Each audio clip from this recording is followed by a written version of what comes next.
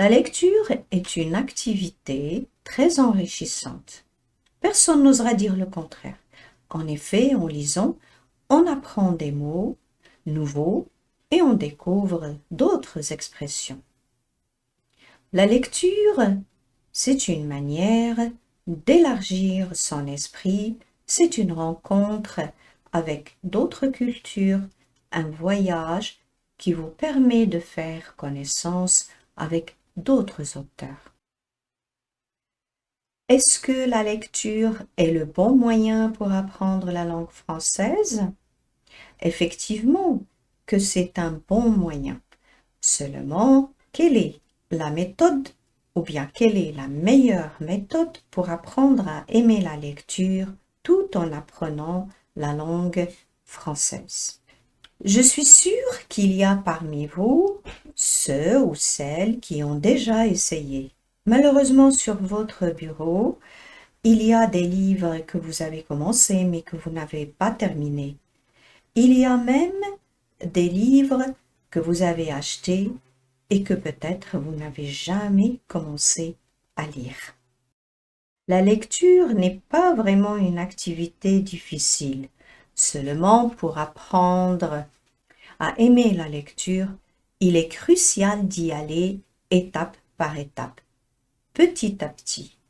Rien n'est difficile si vous le divisez en petites tâches. Apprendre le français tout en lisant, c'est possible. D'ailleurs, c'est dans ce cadre que je vous propose cette activité ou ces activités sur les citations. Je vous conseille donc de commencer par lire des citations, ensuite lire un petit texte, un long texte, un article de journal, de revue, un poème, passer à la lecture d'un petit livre, un livre pas trop gros, pour enfin arriver à lire un gros livre et développer chez vous cet amour de la lecture. Revenons à nos activités sur les citations de chaque lundi. Je vous suggère dans cette vidéo comment procéder pour pouvoir atteindre votre objectif. Apprendre le français en lisant des citations. Ces activités qui vous encouragent à lire au moins une citation pour commencer, sont aussi des activités qui vont vous aider à apprendre plus pour communiquer mieux. Donc aujourd'hui, je vais essayer de vous montrer, de vous expliquer comment faire. C'est-à-dire, je vous propose une méthode. Une méthode qui va vous permettre de lire une citation et d'apprendre la langue française, bien sûr. Alors, pour expliquer une citation, il est important de suivre quelques points clés. Par exemple, la signification. Vous pouvez commencer par expliquer le sens de la citation en analysant un peu ces mots, ses idées et ses implications. Vous pouvez vous poser la question, lisant la citation, qu'est-ce que cela veut dire? D'accord? Ensuite, l'interprétation. Vient l'étape de l'interprétation. Ça veut dire vous allez donner votre interprétation personnelle de la citation en la reliant bien sûr à des concepts ou à des événements, par exemple, actuels. Donc, donnez votre interprétation, c'est-à-dire vous allez expliquer à votre manière, exprimer votre point de vue personnel envers ce que vous venez de lire.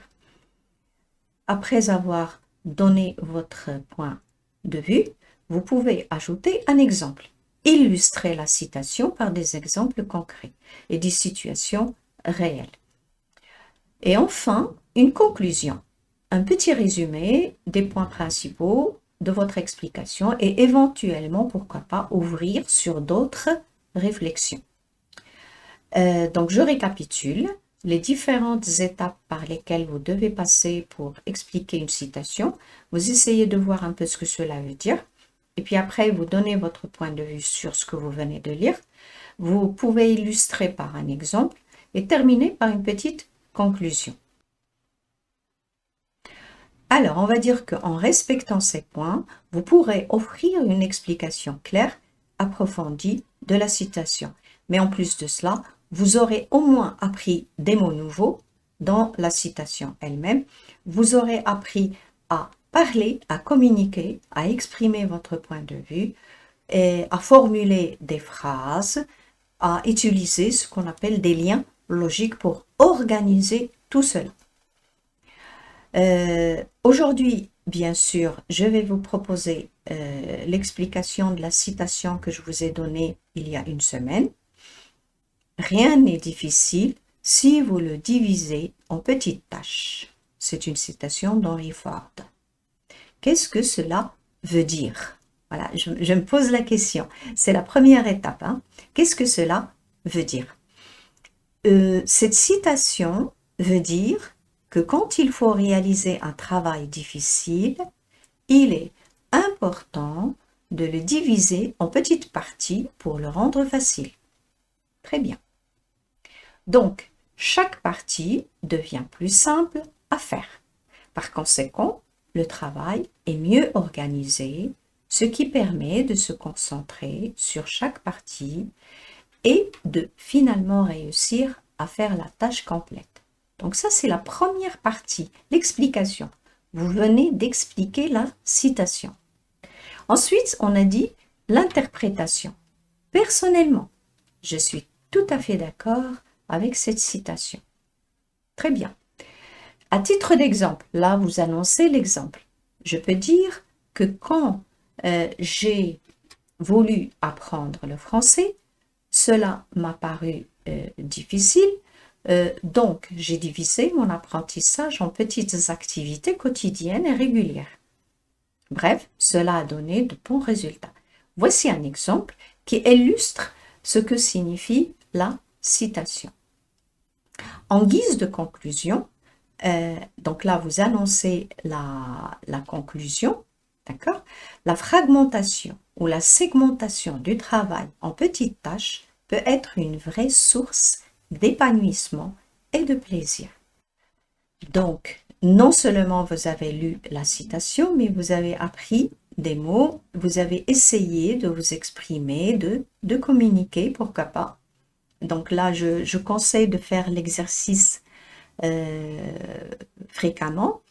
Donc, je vous propose de bien observer votre texte et de vous montrer que c'est un texte bien organisé puisque j'ai utilisé des liens logiques tels que donc, par conséquent, ce qui permet de, j'ai utilisé aussi des expressions pour introduire mon point de vue, j'ai utilisé des moyens pour introduire des exemples, des liens logiques, j'ai utilisé aussi des expressions pour introduire une conclusion.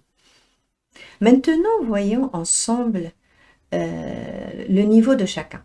Parce que ce n'est pas donné à tout le monde de rédiger un texte comme celui-là. Il faut quand même aller progressivement. Donc, si je donne cette citation, chacun de vous va écrire un texte plus ou moins lent ou court, tout dépend de votre niveau. Avec 2 phrases, 3 phrases ou plusieurs phrases, ça dépend de chacun. Les mots aussi, les mots utilisés vont être différents par rapport au niveau de chacun. Alors, voyons ensemble des propositions des différents niveaux en français. On va commencer par le niveau débutant. Un débutant à qui je donne, par exemple, cette citation, il doit quand même être en mesure de me dire « Cette citation veut dire ». J'ai une tâche difficile à faire. Je peux la rendre plus facile. Comment? Je divise la grande tâche en petites parties. Comme ça, je pourrai mieux organiser chaque partie. Enfin, je peux faire mon travail sans problème. Alors, comme vous voyez, il va commencer à travailler ces exercices-là, ces activités-là, en formulant des phrases simples et courte.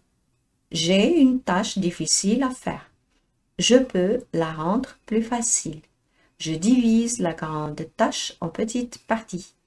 Je pourrais mieux organiser chaque partie. Donc, comme vous voyez, c'est pas la même chose si ça devient B1 ou B2.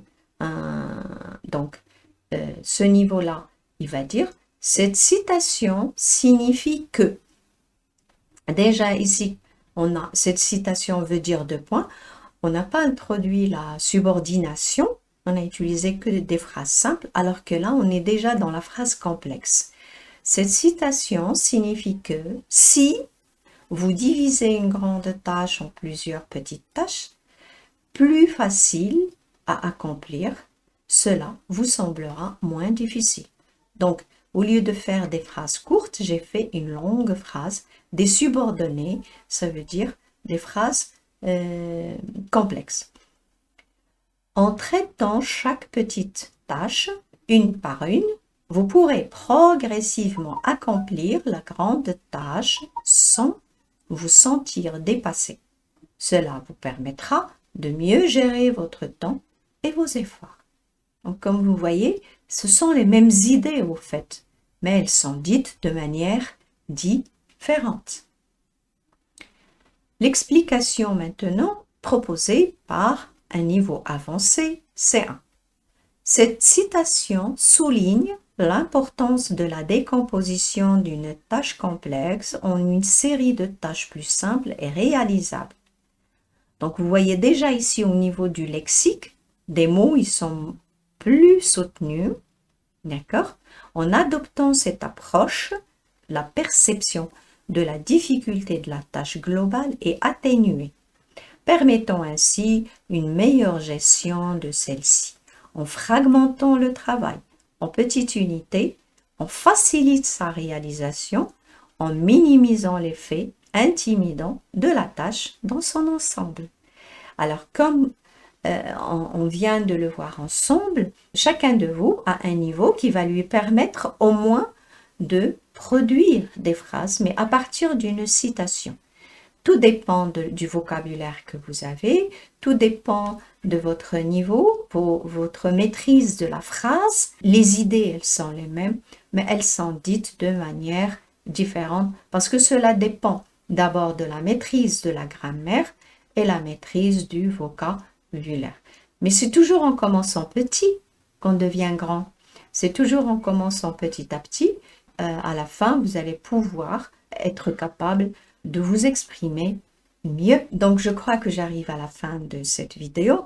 J'espère qu'elle est intéressante et que ça va vous motiver à continuer vos exercices sur les citations.